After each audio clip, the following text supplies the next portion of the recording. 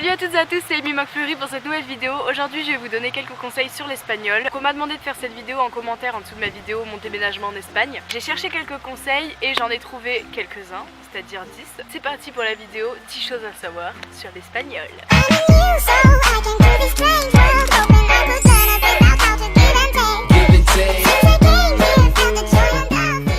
Alors le premier conseil je l'avais déjà donné dans ma vidéo mon déménagement en Espagne, mais je le répète parce que peut-être que vous n'avez pas regardé la vidéo en entier. Donc mon premier conseil c'est pour inventer ces mots soi-même.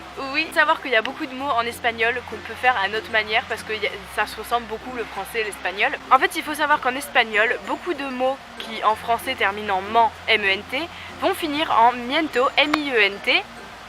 Oh. Je vous donne un petit exemple, appartement, appartamento. Je trouve pas d'exemple comme ça mais je sais qu'il y a vraiment pas mal de mots qui font ce changement. Deuxième conseil, donc c'est pour les mots qui se terminent en neman, N-E-M-E-N-T, vont se transformer en amiento en espagnol, N-A-M-I-E-N-T-O. J'ai l'impression d'être une prof de français de 6ème. Entraînement, entrenamiento. Je trouve pas d'autres exemples, tu chercheras sur Google. Pour les mots en cité, ça va devenir ciudad. Par exemple, publicité, publicidad, avec un C. Mais moi je prononce la C en mode Amérique latine. Hein, j'ai la flemme de mettre ta langue là entre les dents ou je sais pas quoi. La quatrième chose à savoir sur l'espagnol, c'est que le mot soirée n'existe pas. On dit noche. En fait, si tu veux, le mot soirée, genre vers 18h, 8h par là, ça n'existe pas. Ils disent carrément la nuit. Donc ne te trompe pas si jamais tu as un rendez-vous dans la soirée. Ne va pas en pleine nuit, hein. Si par exemple on vous dit buenas noches à 18h, ne croyez pas qu'ils croient que vous allez vous coucher, hein. Cinquième chose, le mot mañana veut dire demain et aussi veut dire le matin. Faut vraiment comprendre le contexte, ce qu'il est en train de te raconter, parce que ça se trouve il est en train de te raconter un truc qu'il a fait ce matin, mais en fait toi tu crois qu'il parle de demain, tu vois. Et si jamais ils veulent dire demain matin, tu dis mañana por la mañana. Sixième chose, l'expression hombre. Je saurais pas comment traduire cette expression, mais le mot hombre qui veut dire homme se dit absolument tout le temps. Genre ils vont te dire claro, hombre, bien sûr. Vous êtes une meuf et que quelqu'un vous dit hombre, claro, hombre, tu que crees, tu vois, des trucs comme ça. Ne croyez pas qu'il est en train de vous traiter d'homme ou je ne sais quoi, c'est juste une expression. Ça c'était le conseil numéro 6.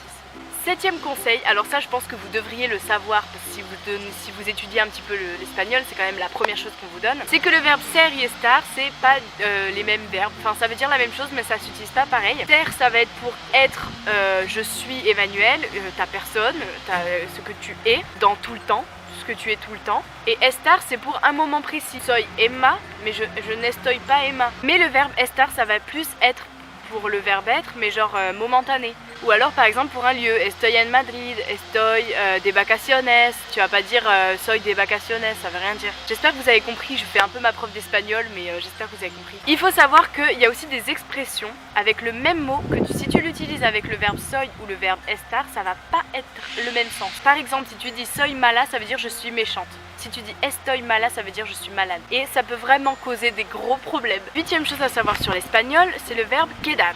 Si tu dis le verbe quedar, ça veut dire sortir, avoir un rendez-vous, sortir. Ça veut dire sortir. Et si tu dis le verbe quedarse, ça veut dire rester. Faut pas se tromper parce que à ma soeur ça l'était arrivé. Elle voulait dire à un ami non je reste avec toi. Genre on était à la piscine et moi je m'en allais et elle voulait dire non je reste avec toi. Et en fait, elle a dit « je sors avec toi ». C'était très gênant parce que lui, il a pas trop compris. Il était là « attends, on sort? On sort pas? Qu'est-ce qui se passe ?» Une neuvième chose que vous devez savoir sur l'espagnol, c'est que les Espagnols ont du mal à prononcer les noms des réseaux sociaux. Je parle de l'Andalousie, je parle pas du reste de l'Espagne. Mais nous, genre Snapchat, ils vont te dire « Nacha ». Tu vois? WhatsApp, ils vont dire « What's up ». Ouais, WhatsApp, tiens WhatsApp. Donc le dixième conseil, c'est pour les verbes avec un R ou deux R. Si tu dis perro, c'est un chien. Si tu dis pelo, c'est mais. Je sais pas très bien dire la R, donc je vous dis juste techniquement parlant, genre grammatiquement parlant.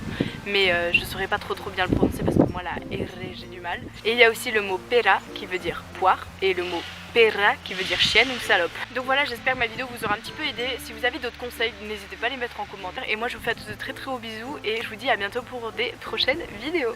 Bye!